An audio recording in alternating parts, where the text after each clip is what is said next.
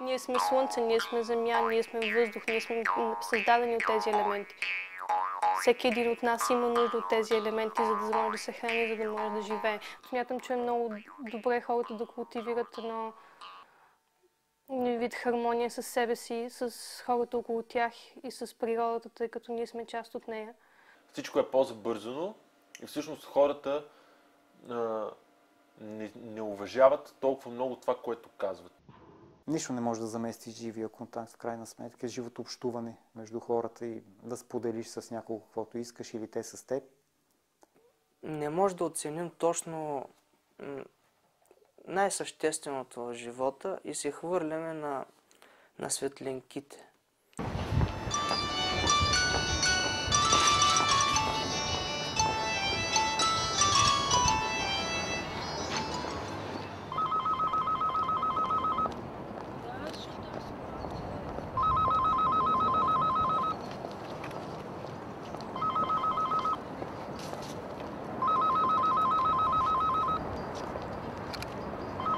Телефона се появи в България точно като някаква екстра. Аз затова наблягам на това нещо. Значи, дори хора, които не можеха да си позволят неща най-човешки, първо си купиха телефон, за да се легитимират като личности по този начин. Изобщо не се чувствам възпрепятстван без мобилен телефон. Любимите хора, приятелите, винаги си ги откривам и те ме откриват. И изобщо това не е някаква пречка за контакта между нас. Когато човек няма телефон, той се чувства по-свободен, по-независим. Това са едни от нещата, които са част от щастието, да си свободен и независим. Нали? Значи в българското общество сме стигнали до момента, в който ако нямаш шофьорска книжка и ако нямаш мобилен телефон, все едно си инвалид. Няма да те вземат на работа, затова че много хора много добре ги разбирам защо имат мобилен телефон, даже и да не искат. В моя случай, т.е. студент, който в момента е безработен, ми е супер. Аз имах мобилен телефон дълго време и един ден отидох до тоалетна, докато пикаех, телефона ми падна вътре и от тогава нямам.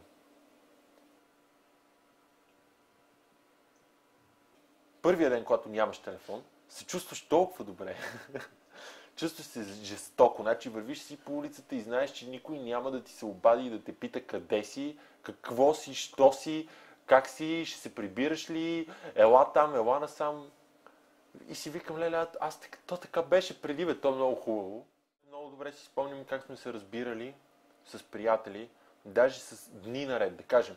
Разбираме се в сряда, че в петък ще се видим 5:30 еди къде си. И ставаше така, че в 5:30 всички идваха. А сега ти си просто част от една мрежа и в един момент, когато нямаш телефон, можеш да разбереш наистина не колко хората им пука за тебе. И всъщност истината боли.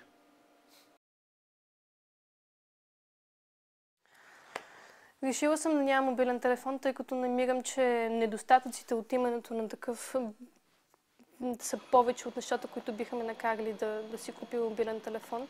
Но обичам да правя избори, които са ми жизненно нужни. Не намирам, че имането на мобилен телефон много ще подобри живота ми, напротив смятам, че ще го усложни един вид. Намирам, че така, вървейки по цимент и от всякъде заобиколен от коли, хора, които бързат и са смутени, и са нервни и всеки вика един на друг, ми е много по-тежко да свикна с това и да приема, че това е нормално и че нещата трябва да са така, защото знам, че не трябва да са така. Комуникирам с другите, като се виждам с тях. Оговарям си срещи да се виждам с тях, като използвам стационарен или уличен телефон. Живяла съм 8 години в Канада. Тази масова комуникация по мобилни телефони съвсем не съществува по същия начин в Канада, както съществува тук.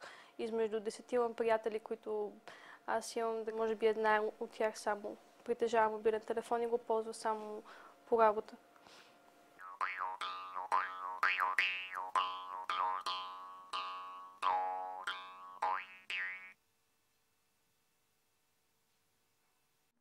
Ако имах и свое собствено семейство с деца, сигурно също щях да искам да имам мобилен телефон, за да мога да се чувам с тях.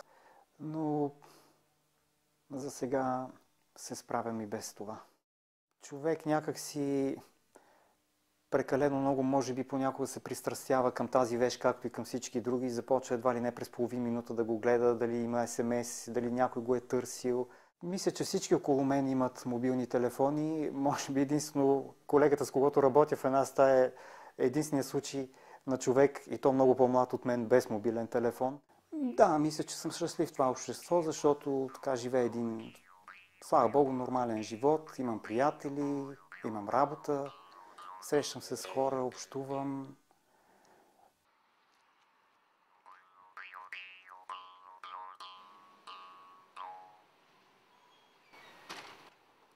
Дойдох да работя в БАН през 2003 година. Обичам много природата и работата с нея ми доставя изключително удоволствие.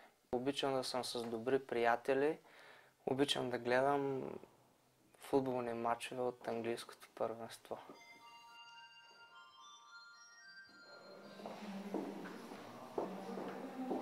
Човечеството се развива много бързо, но да не забравяме, че най-бързото движение е по нанадолнище.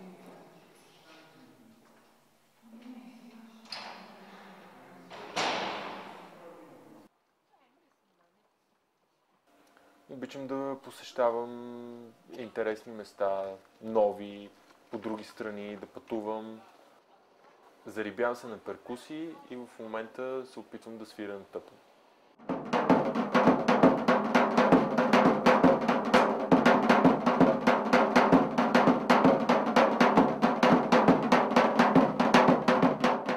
Обичам да слушам музика, обичам да танцувам, обичам да ходя в планината, обичам да си говоря с баби и дядовци, обичам да копая земята, обичам да правя салата, обичам да храня хората, да имам искрени разговори с тях и така, много неща обичам.